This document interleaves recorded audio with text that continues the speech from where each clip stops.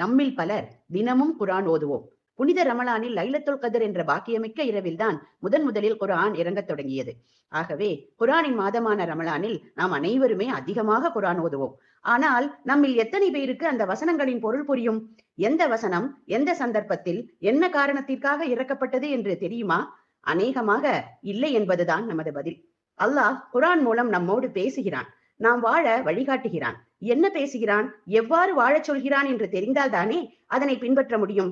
சஹாபாக்கள் ஒரு குர்ஆன் வசனத்தை கற்றுக்கொண்டால் தங்கள் வாழ்வில் முழுவதுமாக அதை பின்பற்றும் வரை அடுத்த வசனத்தை கற்றுக்கொள்ள மாட்டார்களாம்.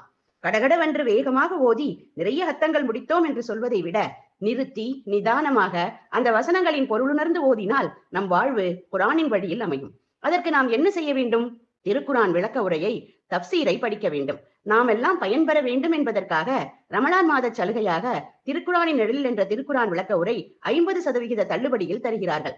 ஸ்கிரீனில் தெரியும் நம்பருக்கு தொடர்பு கொண்டு உடனே திருக்குர்ஆனின் நிழலில் என்ற தப்சீரை வாங்கி வாசிக்க தொடங்குவோம். இந்த ரமலானை உயிரோட்டமுள்ள ரமலானாக ஆக்குவோம் இன்ஷா அல்லாஹ்.